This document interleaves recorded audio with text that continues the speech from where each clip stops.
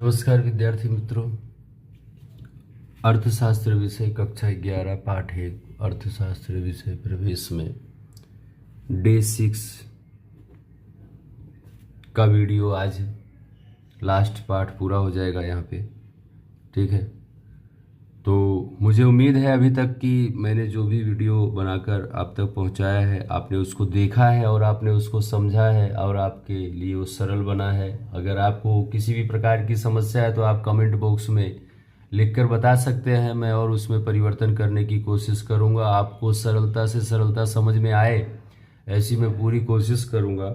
ठीक है, लेकिन आप जब बताएंगे मुझे तब। चलिए, आज लास्ट टॉपिक है अर्थशास्त्र विषय का महत्व।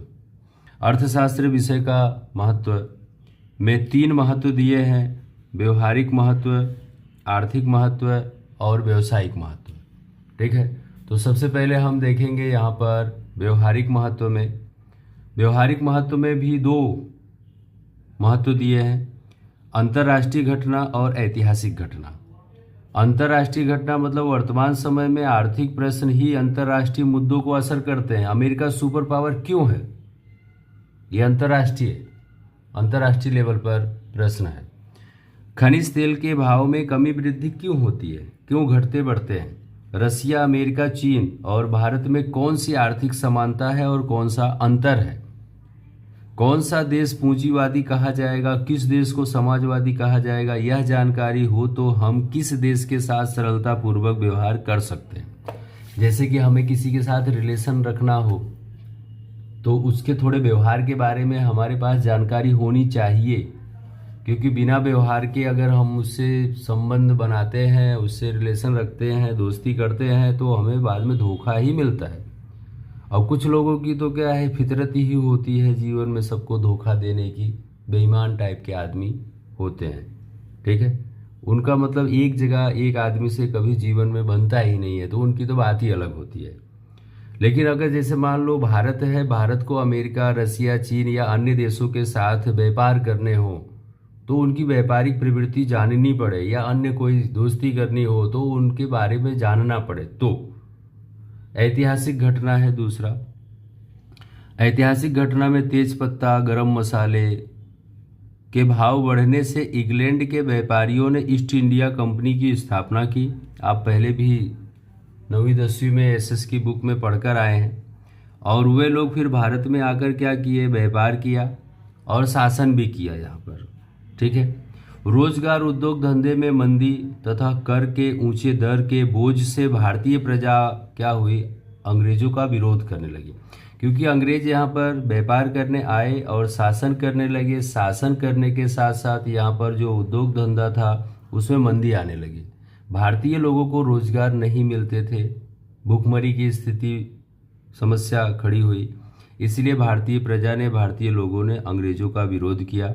विश्व के तमाम देशों में भाव वृद्धि मतलब मुद्रास्फीति, मतलब किसी भी वस्तु की कीमत बढ़ना।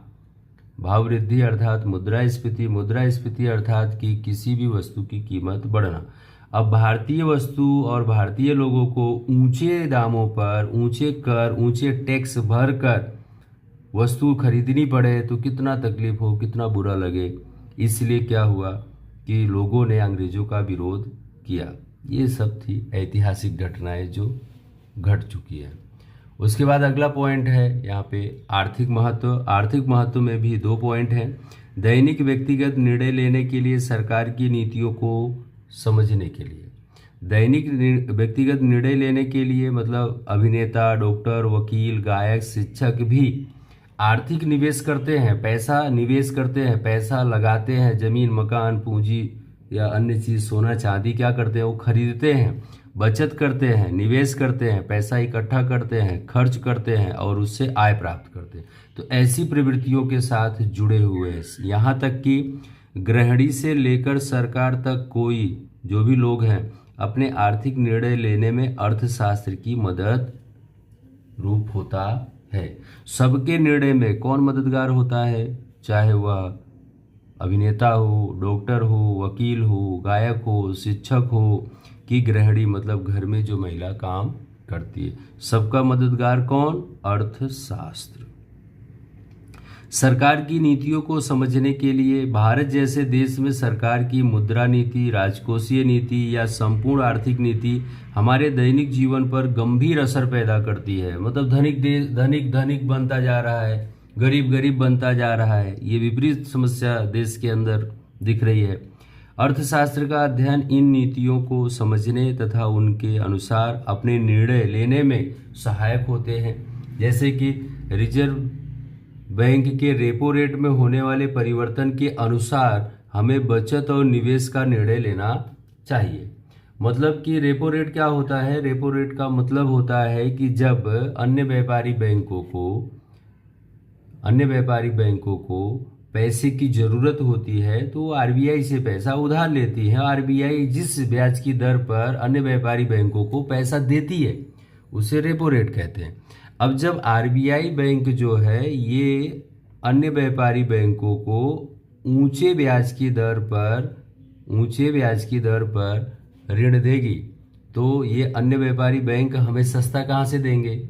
वो भी तो हमको महंगा देंगे। और जब ब्याज दर बढ़ जाएगा देश के अंदर तब लोग लोन लेना, ऋण लेना, कर्ज लेना क्या करेंगे? कम कर देंगे। मतलब गाड़ी है, मोबाइल है, एसी है, फ्रिज है, घर, मकान, प्लॉट इत्यादि की खरीदी रुक जाएगी और अर्थतंत्र पे उसका क्या होगा? असर देखने को मिलता है। तीसरा पॉइंट है व्यवसायिक महत्व।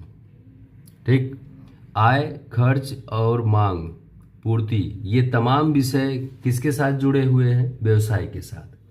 अर्थशास्त्र का अध्ययन प्रत्येक व्यवसाय की आर्थिक गणना में मदद करता है। किस में मदद करता है? आर्थिक गणना में। वस्तु या सेवा का कीमत निर्धारण, साधन, कच्चे माल का क्रय विक्रय, श्रमिकों या कर्मचारियों का वेतन निश्चित करना, तमाम विषयों के निर्णय में अर्थशास्त्र का अध्ययन मदद रूप होता है। जैसे कि तीव्र स्पर्धा वाले बाजार में कीमत कम करके ग्राहक को आकर्षित किया जाता है। आपने देखा होगा सेल लगा देते हैं 20%, 30%, 40%। ठीक है, तो ये क्या है? ग्राहक को लुभाने का एक तरीका है, ग्राहक को अपनी तरफ आकर्षित करने का एक तरीका है कि हम कीमत कम कर देंगे और ग्राहक हमारी तरफ आगे बढ़ेगा। तो इस तरह से विद्यार्थी मित्रों, आर्थिक विश्व में मानव के मुख्य रूप से 3 स्वरूप हैं। कितने स्वरूप हैं? 3। एक ग्राहक के रूप में जो वस्तु की खरीदी करता है, एक उत्पादक के रूप में जो वस्तु का उत्पादन करता है, एक श्रमिक के रूप में जो मजदूरी करके काम करके वस्तु का उत्पादन करता है। ये आपका पाठ यहाँ पे पूरा हो गया। अब हम आपको स्वाध्याय बता दें। जो विद्यार्थी स्वाध्याय करना चाहते हैं तो स्वाध्याय यहाँ पर दिया हुआ है, तो स्वाध्याय को हम अच्छी तरह से थोड़ा देखेंगे। मानव की आर्थिक समस्याओं का हल और मानव के आर्थिक व्यवहार का अध्ययन करने वाले शास्त्र को किस नाम से जाना जाता है? तो अर्थशास्त्र। इकोनॉमिक्स शब्द किस ग्रीक शब्द पर से अवतरित हुआ है? ओइकोनोमोस। किस अर्थशास्त्री को अर्थशास्त्र का वैज्ञानिक दृष्टिकोण से स्वतंत्र रूप से अध्ययन प्रारंभ करने का बहुमान प्राप्त हुआ है? तो एडम स्मिथ। अर्थशास्त्र को वास्तववादी विज्ञान के रूप में प्रस्तुत करने वाले अर्थशास्त्री कौन? रोबिन्स। अर्थशास्त्र के अध्ययन और विश्लेषण के दृष्टिकोण से उसके कितने भाग किए गए हैं? 2। सामान्य रूप से देश, वर्ष, बरसात जैसी निरपेक्ष, ध्यान रखना, निरपेक्ष चल राशि को किस अक्ष पर दर्शाया जाता है? तो देखिए 36। प्रिंसिपल्स ऑफ इकोनॉमिक्स पुस्तक के रचयिता कौन? मार्शल। आपके विकल्प यहाँ पे पूरे हुए। अब हम देखेंगे एक एक वाक्य के। आपको किस पेज पर मिल जाएगा? मैं आपको पेज नंबर लिखवा दे रहा हूँ। क्वेश्चन नंबर 2, नीचे दर्शाए गए प्रश्नों के उत्तर एक वाक्य में दीजिए। पहला है रोबिन्स के मतानुसार अर्थशास्त्र की परिभाषा, पेज नंबर 2 पर मिलेगा। सेमियोलस अर्थशास्त्र के अध्ययन क्षेत्र में किन किन विषयों का अध्ययन करते हैं? तो पेज नंबर 3 पर मिलेगा।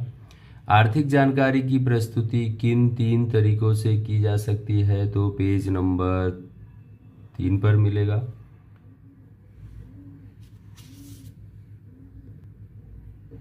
तो पेज नंबर 4 पर मिलेगा।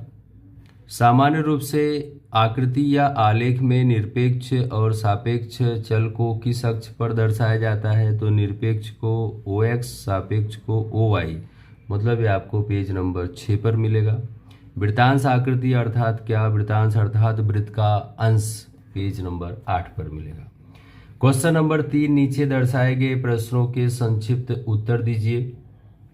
कौटिल्य के द्वारा दी गई अर्थशास्त्र की परिभाषा, पेज नंबर 2 पर। मार्शल के द्वारा दी गई अर्थशास्त्र की व्याख्या, पेज नंबर 2 पर।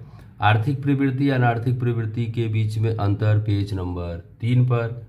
सूक्ष्म लक्षी अर्थशास्त्र और व्यापक लक्षी अर्थशास्त्र के बीच अंतर, तो पेज नंबर आपको मिलेगा 4 पर। अर्थतंत्र की दशा और दिशा का रुझान जानने के लिए सांख्यिकी जानकारी उपयोगी है, समझाइए, पेज नंबर 5 पर। क्वेश्चन नंबर 4, नीचे दर्शाए गए प्रश्नों के उत्तर दीजिए।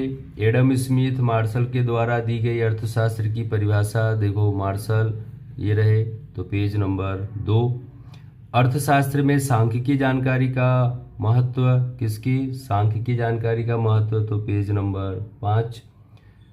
अर्थशास्त्र में के संदर्भ में भारतीय चिंतन, तो पेज नंबर 1। अर्थशास्त्र विषय का महत्व, तो पेज नंबर 8। क्वेश्चन नंबर 5, नीचे दर्शाए गए प्रश्नों के उत्तर दीजिए। तो प्रश्नों के उत्तर, पहला, पश्चिम में अर्थशास्त्र के उद्भव विकास के संदर्भ में जानकारी, पेज नंबर 2, क्योंकि उद्भव विकास में वही Adam Smith, Marshall, Aristotle, Robbins, यही सब थे। सांख्यिकी जानकारी को संक्षिप्त स्वरूप में प्रस्तुत करने के लिए आकृति आलेख अधिक अनुकूल है, समझाइए, तो पेज नंबर 6 पर। इस तरह से विद्यार्थी मित्रों ये पाठ यहाँ पर पाठ 1 अर्थशास्त्र विषय प्रवेश कक्षा 11 पूरा होता है। आप लोग ज़्यादा से ज़्यादा वीडियो को अपने दोस्तों तक पहुँचाएँ, शेयर करें, देखें, समझें, और जो भी तकलीफ लगे वो कमेंट बॉक्स में ज़रूर लिखें, ताकि मैं आगे उसके बारे में और जो भी समस्याएं हैं दूर कर सकूं। धन्यवाद।